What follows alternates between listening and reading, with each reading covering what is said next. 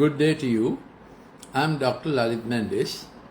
Today I want to look at two topics that have caused certain amount of interest in the media. One topic is the red blood moon that is due to be seen on September 7th by most of the world, 5 continents. Why is there such an interest about this and such an intrigue about a red blood moon? Second topic I like to look at is, what does it mean for geopolitical scene that Russia, India and China, the heads met on the same platform with one agenda which might be to oppose the United States of America? What does that mean? Let me shift back to the first one, the red blood moon. The most known red blood moon appeared on the day of the crucifixion of Jesus Christ. It's historically recorded.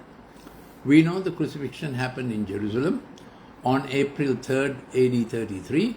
It's well recorded during the reign of Pilate, the Pontius Pilate, the Roman governor. And it is also recorded by Africanus and other historians that on that day at 12 noon by Middle Eastern time, there was a great earthquake.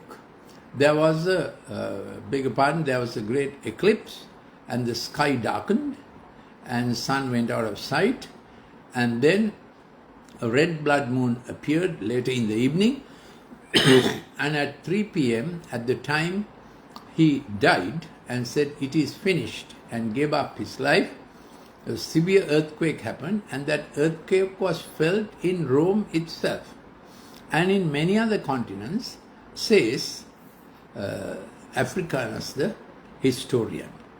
So it is historically attested, the eclipse, the earthquake and the red blood moon. What is a red blood moon? The earth comes between the sun and the moon at a certain angle and causes its shadow to fall upon the moon, and it appears red to people on earth. So that's what the red blood moon is about. And because of the appearance of the red blood moon on such a unique day as the day of crucifixion of the Savior, the Creator, many people have looked at the red blood moon as a sign of great peril or some unusual happening. So when there is a red blood moon due to happen on September 7th, people are getting excited and making all kinds of predictions. But the fact is that why it has gathered so much of attention, notoriety, is because there was a red blood moon on the day of the crucifixion of Jesus Christ. What do we draw from it? Before we say myth and didn't happen, check the science. I was an atheist that checked the science. I came first in the island in the A-level examination in 1970, fully convinced Darwin is everything and everything else is fake, that the world came by itself, Big Bang and punctuated equilibrium and all kinds of theories, multiverse and multi-universes. But I dug into the scientific explanation, science of the time, and I also checked the science of the crucifixion, its documentation. Are the documents reliable? Do we have the evidence recorded by the first witnesses? Was it transmitted truthfully? Is the transmission process trustable? Was the autograph or the first original document available for examination? What is the textual criticism, textual documentation, textual evidence?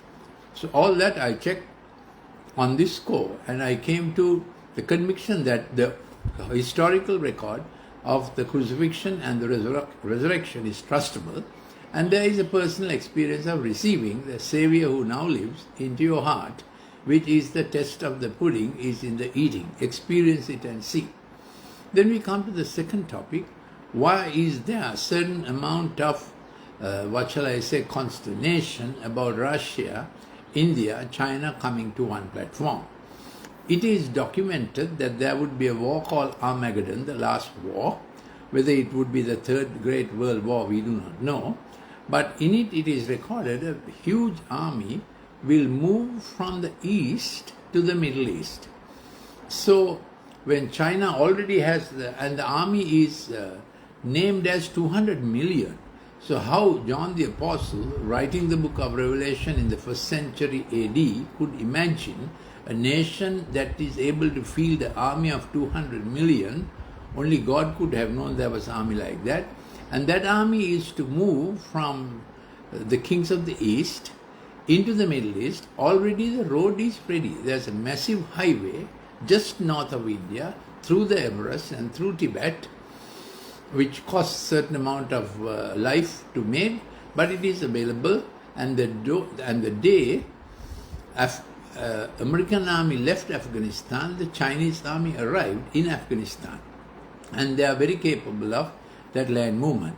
But if India is not in agreement, it would be quite impossible for such a huge army to move just north of India to the Middle East. So in Russia and India and China are having these talks, and seemingly very palpably in contrary to the actions of the President of the United States regarding tariff, one wonders if the three players would agree on this massive movement of the army that are due to come at the time of the end. There would be a king of the east, and the king of the north is named as Gog and Magog, who were original settlers in the Russian territory, the great-grandsons of Noah, and their names appear in the 10th book of the Bible, 10th chapter of the first book of the Bible, Genesis. So you know that when Bible documents something of history, it is verifiable with Herodotus or Africanus or any one of the ancient historians. It's not myth.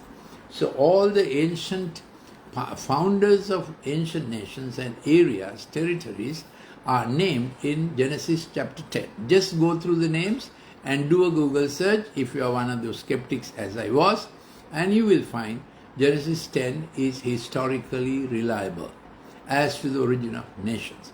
But at the moment we are thinking about this Russia, India and China meeting together in the SOC meetings, what effect it would have on world politics. After all these interesting talks, we would be wise to receive the Good Shepherd into our life.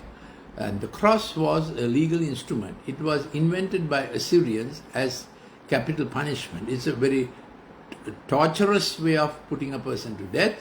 Person who hangs on the cross, sometimes usually put by a nail pierced through the ulna and the radius, but they also tie the person, lest the person falls down because of the body weight.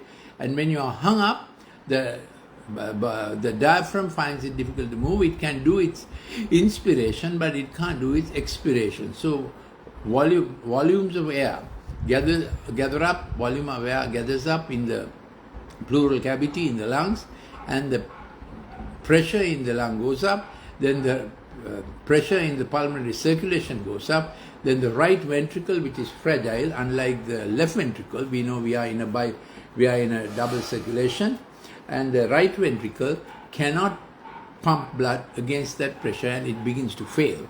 So the condition is called cardiac pulmonale, cardiac tamponade is when fluid accumulates around the heart in the pericardial sac. So when the soldiers pierce, liquid fluid and what looked like water, serous fluid and blood came out of the heart of Jesus Christ the Savior, but that's how the heart fails and the person dies when crucified because of right heart failure and a medical condition called cardiac tamponade. So we would be wise to receive the Savior who gave his life for us so lovingly. Thank you for listening. I am Dr. Lalith Mendis. If you want any more clips on this kind of spirituality, reason and science clips, or on my lectures on screen brain balance, please send a WhatsApp to +94 74 211 5011. If you want a cost-free consultation for the digital problem your kid is having, or you want to consult me for some other reason with some problem, please give a telephone call for a cost-free consultation to 077 151 2801. You are welcome to a gathering of friends every Friday evening, 7 p.m. at 374 Columbia Basic Learning Center, Leslie Ranagala Mawata, Colombo 8. Thank you for listening.